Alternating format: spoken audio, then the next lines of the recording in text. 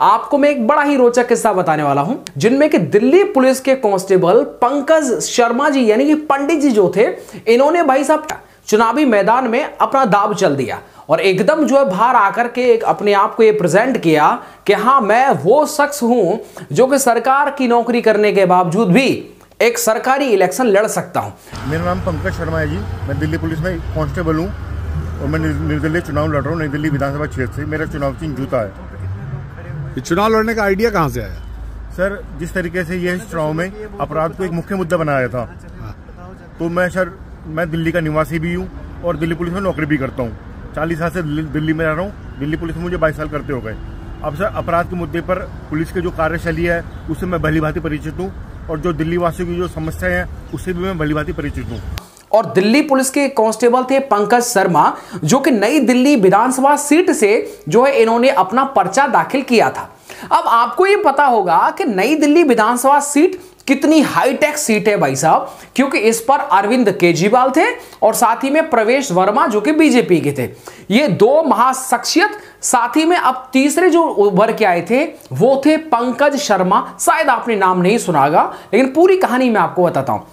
इसके साथ ही में जब इनसे पूछा गया कि भैया ये बताइएगा कि आप जो है वो केजरीवाल को टक्कर देंगे या प्रवेश वर्मा को देंगे, कहा कि देखिए जी मैं एकदम बाहुबली हूं, मैं दोनों को टक्कर दे सकता हूं।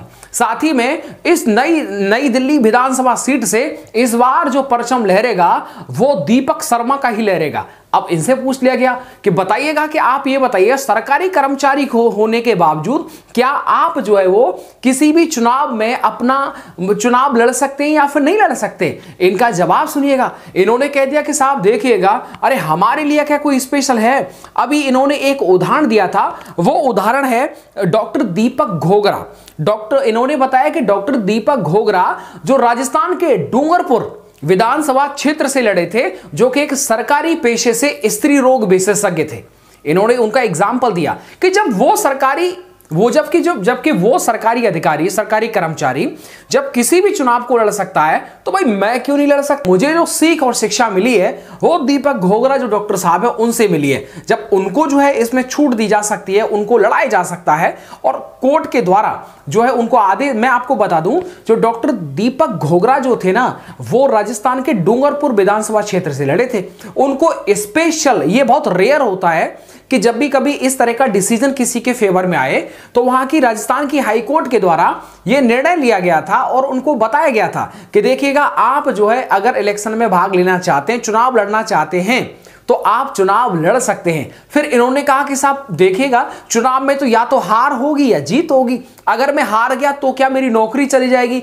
तो फिर जो हाईकोर्ट का जो निर्णय था, वो हाईकोर्ट का निर्णय ये था कि अगर आपकी नौकरी, अगर आप इस इलेक्शन को हार जाते हैं उसके बावजूद भी आप दोबारा से अपनी नौकरी को ज्वाइन कर सकते हैं।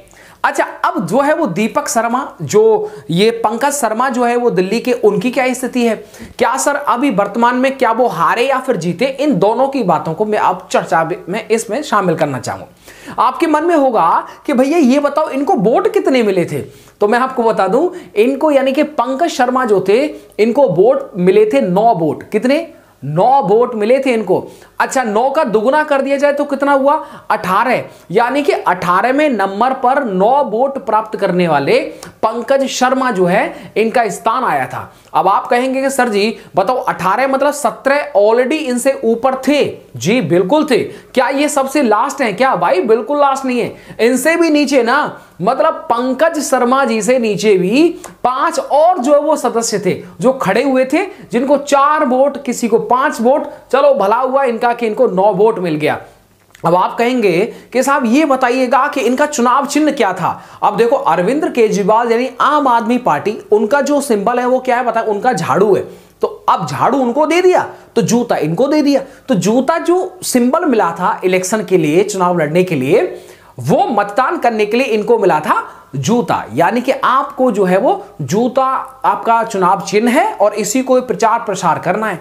अब आप कहेंगे कि भैया सरकारी कर्मचारी होने के बावजूद क्या चुनाव आयोग ने इस पर ध्यान नहीं दिया? तो देखिएगा बिल्कुल ध्यान दिया। और बाद में ये जब पूरी चीजें अब क्लियर हो गई कि चुनाव हो गया, रिजल्ट आ गया और इसकी उम्मीदवारी भी जो वो एकदम वैलिड तरीके से चुनाव इन्होंने लड़ा, वो एक अलग चीज है कि इनको सिर्फ 9 वोट मिली। अब आप कहेंगे कि भैया हार कितनी वोट से हुई, तो मैं आपको बता दूं 30,080 वोटों से हार गए। बस ज्यादा अंतर नहीं था, 30,080 वोट मिल जाते तो भाई साहब जो हमारे पंकज शर्मा जी हैं वो आज नई दिल्ली विधानसभा सीट से एकदम जो विधानसभा में भाई साहब बैठे हुए होते।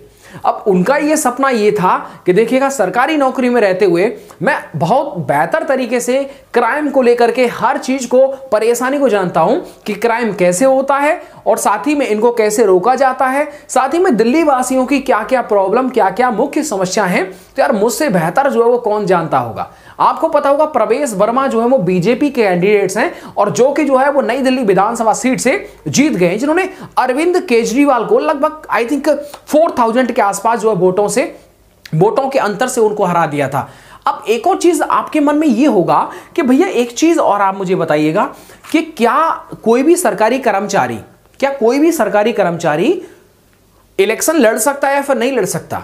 कि केंद्र सरकार के अफसर और कर्मचारियों पर सेंट्रल सिविल सर्विसेज कंडक्ट 1964 के तहत चुनाव लड़ने पर रोक लगा दी गई है और साथ ही में इसमें नियम 5 में यह प्रावधान किया गया है कि कोई भी सिविल सर्वेंट किसी भी राजनीतिक पार्टी या संगठन का ना तो हिस्सा होगा और ना ही किसी राजनीति से जुड़ेगा, ना ही किसी तरह से किसी भी राजनीतिक आंदोलन या गतिविधि से जुड़ेगा, यानी कि वो चुनाव नहीं लड़ सकता है। ये केंद्र का है या फिर राज्य का है, दोनों पर ये लागू होता है कि कोई भी कर्मचारी ऐसा नहीं है कि भाई आराम से जो है वो चुनाव लड़ जाए, चुनाव नहीं लड़ सकता। हाँ, राजस्थान के जो डॉक्टर साहब हैं घोगरा, उनके ऊपर स्पेशल कोर्ट के द्वारा परमिशन मिली थी उनको, तो वो उन्होंने चुनाव लड़ लिया था। भैया उनका क्या हुआ? वो भी हार गए, ठीक है ना, ये भी हार गए, वो भी हार गए। आप जानते हैं चुनाव के अंदर क्या क्या होता है और ये सब जो पढ़े लिखे लोग इनमें, अब देखो राजनीति एक अपना एक अलग विषय होता है। राजनीति बड़ी दिलचस्प होती है जिसको समझना और ना तौर तरीके सीखना। अब ये सब पढ़ाई लिखाई करने वाले डॉक्टर साहब हों या फिर दिल्ली पुलिस के कांस्टेबल हो, स्वाभाविक सी बात है कि इनको वो सारी चीजें नहीं पता होंगी जो एक राजनेता को पता होती है, ठीक है।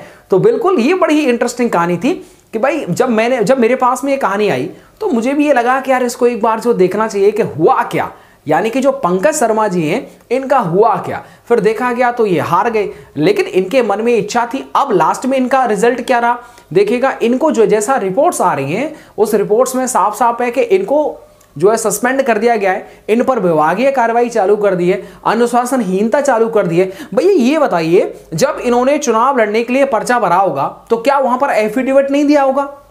वो तो अपनी तरफ से पूरा क्लियर करना पड़ता है ना, आप कोई सरकारी कर्मचारी हैं या फिर नहीं। हाँ, इन्होंने जब पर्चा भरा था तो उस टाइम पर लिखा था कि मैं सरकारी कर्मचारी और एक समाज सेवी हूं। तो बाद में ये सब पाया गया कि समाज सेवी वगैरह ये सब नहीं थे और बाकी जांच में ये पाया गया कि इन्होंने जो अनुशासनहीनता की है उसके लिए इनको दोषी पाए जाने की वजह से इनको सस्पेंड किया गया है। आपकी इस पर क्या राय है? क्या पंकज शर्मा को जो है वो सस्पेंड किया जाना चाहिए या फिर नहीं किया जाना चाहिए था? इसको लेकर के आप कमेंट बॉक्स के अंदर अपनी राय जरूर रखें। धन्यवाद।